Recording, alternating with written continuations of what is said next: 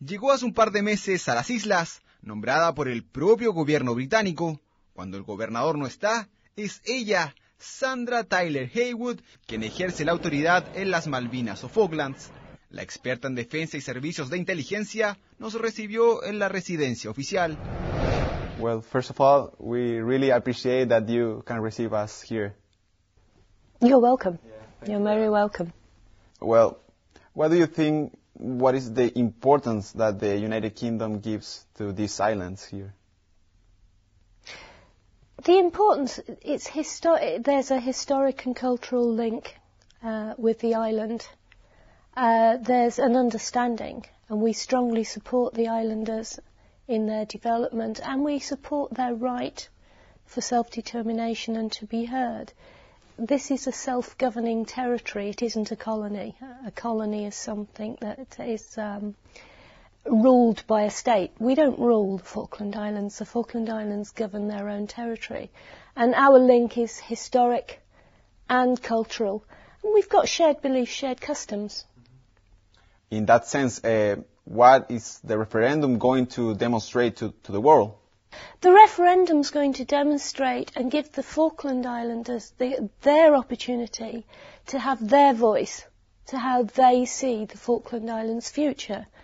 And the outcome of the referendum, I hope, is heard by neighbours and across the world. There's been a lot of talk about adhering to UN Security Council resolutions on anti-colonial, and UK and Argentina should talk. But if you look at the end of that paragraph of the resolution, it will say very clearly, bearing in mind the rights and the desires of the people living here. The people living here are having a referendum to say, we are going to tell you what we want. And when we've told you, we want people to respect it. And it's everybody's human right to determine their own future. Despite of these islands are related with the United Kingdom, we have seen here many independence. The people here have their own flags, their own currency, for example, benefits, scholarship. What do you think about it? Well, this clearly demonstrates that the Falkland Islanders run their own and determine their own future. They've got their own government, they run their own education, they develop their children through the education system and pay scholarships for them to ensure they get further education. They provide the health care necessary. They do have their own flag, and you have seen it, and they're fiercely proud of that. And they're proud of their island. They maintain it, and they develop it for their needs. And so there's no problem with, the UK doesn't have any problem with how the islanders run their island at all. It's perfect. But do you think that in the future that this island can be independent, such as Australia, for example, or New Zealand? Well, again, it's all part of the self-determination and the rights of the people, and that will be for Falkland Islanders to decide in future or whenever what their status is. This referendum in March that will determine what their status wants to be now. Whether that changes in the future, that's entirely dependent on the Falkland Islanders and where they see their future. Well, the recently investigation have demonstrated that you have a large amount here of oil. How that is going to change these islands in the future?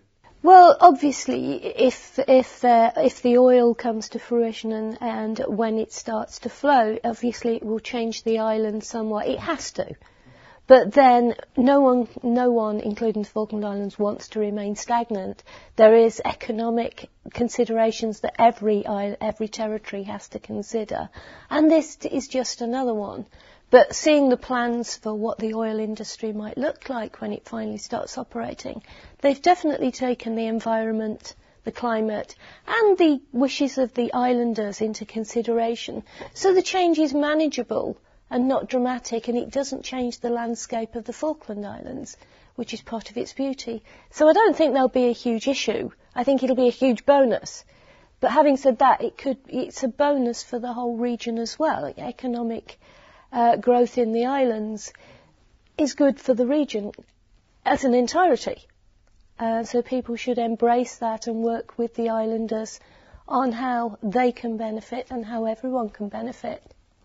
And do you think that the oil is the reason why Cristina Fernández now is trying to keep the islands and talk more in the press? I'm not going to put it down to oil or to any specific issue. And the President of Argentina has made her case clear on how she sees it. And there could be lots of considerations, including the oil, that has made the voices get louder than they may have been. I mean, it's all for negotiation. The Falkland Island government have made it clear they're willing to speak to the President of Argentina about lots of issues around the tourism, around the economic development, and there's room for everyone in this region. They're not willing to talk about their own sovereignty issues. I mean, you'd have to ask President Kirchner why she continues and whether oil has any part to play in it. But what is the self-critic that the United Kingdom has in this relation with Argentina? I don't think there is any self-criticism in the UK of our dealings with Argentina. We have made it clear that we want normal relations with Argentina. They're on the Security Council at the minute. We have a lot of dealings with them. We will discuss many issues with Argentina that affect the region, affect the global economy, all of it. The pressure on hinging everything on one issue of the sovereignty of these islands, it's just not for discussion, because we strongly believe in self-determination and the islanders having their right. Our Prime Minister said very clearly he will defend the right for the islanders' voice to be heard. So we don't have any problems with Argentina at all, and we will discuss many issues with them. Just there is no discussion on the sovereignty of these islands. But there is something that the United Kingdom says we did a mistake here in this process with Argentina historically? No, there's no mistake at all. This island has developed over 9 generations now of Falkland Islanders, and there's been no mistake. It's just a natural evolution. People came here, people settled, they developed their life here, they've got their affiliations with the United Kingdom. We have our affiliations and partnerships with the Falkland Islanders. There's no criticism. We don't see that anything in the past we have done anything wrong. How do you think this governmental conflict is going to end? Well, I hope the referendum is the start of that. It's the first opportunity where the Falkland Islanders are going to say loud and clear what they want.